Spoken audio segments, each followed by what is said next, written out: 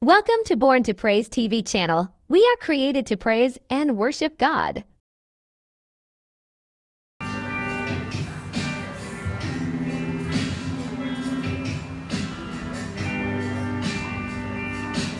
May kumain ka, Jesus, pasayain ka, O Diyos. Salamat sa kalina, O kalipay, sa puso ko kaayuwa, nagikan kanimo, Jesus, may ka, matinudan ka, kanimo lang ko, walay pagduwa-duwa, O Diyos, balan ka, gamanan ka, kasidungan, o pagaray kong ka.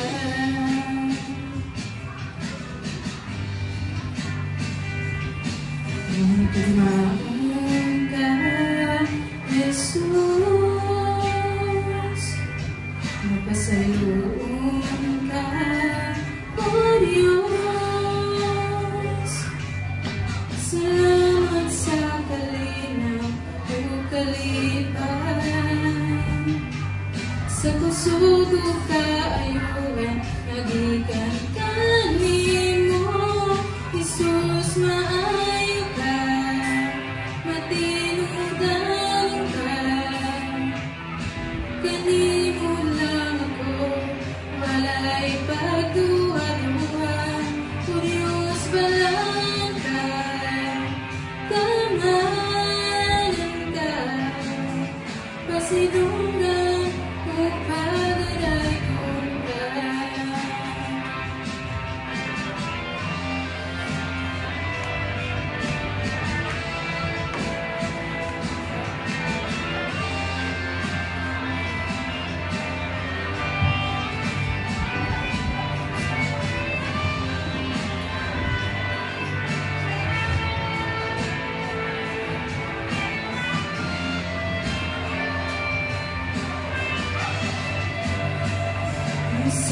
Salamatan ka sa tanang butang, salamatan ka, Jesus, sa gasa sa kaluwasan, ang puno ang karaugan na, di ka tagin kahit butanan. Jesus, maayo ka, matinudan ka, kanimo lang ako, walay pagduwa-duwa, O Diyos, balan ka, gamanan ka, pasidunggan, o pagaray kong ka. Jesus, maayo ka, matinudan ka, kanimo lang ako, walay pagduwa-duwa, O Diyos, balan ka, gamanan ka, pasidungan, o pagaray kong ka. Jesus, maayo ka, matinudan ka, kanimo lang ako, walay pagduwa-duwa, O Diyos, balan ka, gamanan ka, pasidunggan, o pagaray kong ka. Pasidunggan, o pagaray kong ka. Pasidunggan, o pagaray kong ka. Thank you, Lord. Hallelujah. Malipayo ang kabuntagon natong tanan. Ang Dios maayo sa tanang panahon. Hallelujah. Dalay ko na itong buhi nga Dios. So, karong adlaw mga igsoon, let us rejoice always in the Lord. Tungod kay in every perfect will comes from above. Ang tanan nga imong nakita ug wala makita gikan sa Dios mga igsoon. Ug kay karon ato aman ang giusahan ang kalipay tungod sa pagkamaayo sa Ginoo sa imong kinabuhi, sa atong kinabuhi ug sa tanan nga may kinabuhi mga igsoon. Ato ang ug dili nato pakyason ning higayuna ang pagpasalamat tungod kay ang Dios wala nagpakyas kanimo ug kanako. Atong ablihan ang ato ang mga Biblia nga makita sa Unang Tesalonica kapitulo 5 gikan sa bersikulo 17 hangtod sa bersikulo 18. Natay mga Bible diha sa inyong mga lingkuranan. Samtang magbasa ko dinhi, inyong basahon sa kaugalingon ninyong mga mata aron nga pagpakli ninyo sa balang kasulatan mahanggab ninyo ang gininhawa sa Dios. Atong hinumduman that the Bible is the Word of God, and the Word of God is inspired by the Holy Spirit, and it is God's breathed or God's breath. Mauni ang gininhawa sa Dios. Kung sa niya imong paklion kanang Biblia nga naa sa imong lamisa sa imong lingkuranan, imong mahaklo ang labas nga gininhawa sa Dios. Amen. Hallelujah. Daghan karon kayo nagkasakit, daghan karon kayo nagkaubo, nagkasipon tungod kay nahanggab nila, nahaklo nila ang hangin nga dautan.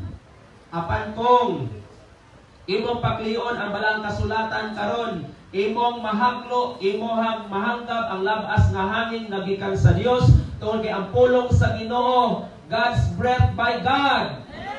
Hallelujah. Let us open our Bible. 1 Thessalonians chapter 5, 16 hangtod sa 18. Gihangyo ang tanan sa pagtindog, sa pagbalaan o pagtahod sa pulong sa Dios. Tungod kay ang pulong Dios. Hallelujah. Ingon ang verse 16. Pagmalipayon kamo kanunay, pagampo sa tanang panahon, o pagpasalamat kamo bisag unsay mudangat kaninyo. Kini mao ang kabubuton sa Dios nga buhaton ninyo sa ngalan ni Kristo Jesus. Atong idugo atong mga ulo, and let us feel the presence of the Lord. Hallelujah. Yes, Lord, nalayon ka Ginoo sa walay katapusan.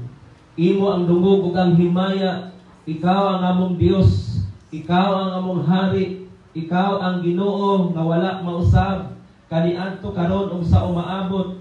Ginoo, naghatag mig panahon ug mitugyan sa among kaugalingon diha kanimo Ginoo. Among gidungo ang among mga ulo ug gipiyong ang among mga mata timaan sa among pag-surrender diha kanimo. Muna kami sa imong gamhanan ug balaang presensya nga magpataliwala kanamo karon Ginoo. Aron ang imong mga pulong o God among masabtan ang imuhang tuyo sa among makinabuhi. Nga hangtod karon Ginoo makapadayon mi sa pagpaminaw Lord God alang sa among espirituhanon nga pagkinabuhi sa dili pa ang pagbalik sa among manluluwas na si Ginoong Hesus.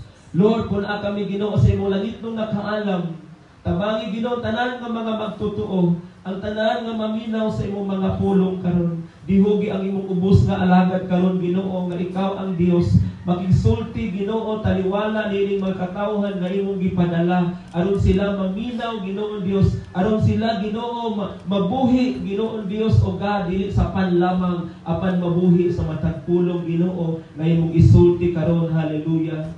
Dalaygon ka sa walay katapusan, kanimo ang dungog ug himaya among gihatag diha kanimo. Tungod lamang sa ngalan ni Ginoong Hesus nga imong bugtong anak ug among manluluwas o Ginoo.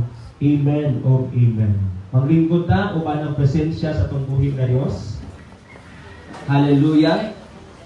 Ang tanan nga niya karon mga igsoon sugo sa balaang espiritu ug ang gahom sa Dios nagtimbaya kanatong tanan sa pagsaulog, sa pagkamaayo sa atong buhi nga Dios nining mga orasa. Mga igsoon, atong itatak sa itong mga pangunahuna na ang pagpasalamat dili lang tinuig. Ang pagpasalamat dili lang binulan. Ang pagpasalamat pwedeng kada adlaw.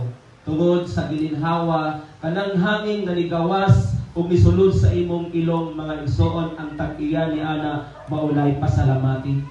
Niari ka karon dinhi ni dapita or first time pa nimong pag-ari ni nimong dapita dili tungod kay nagsaulog ta og annual Thanksgiving Sunday.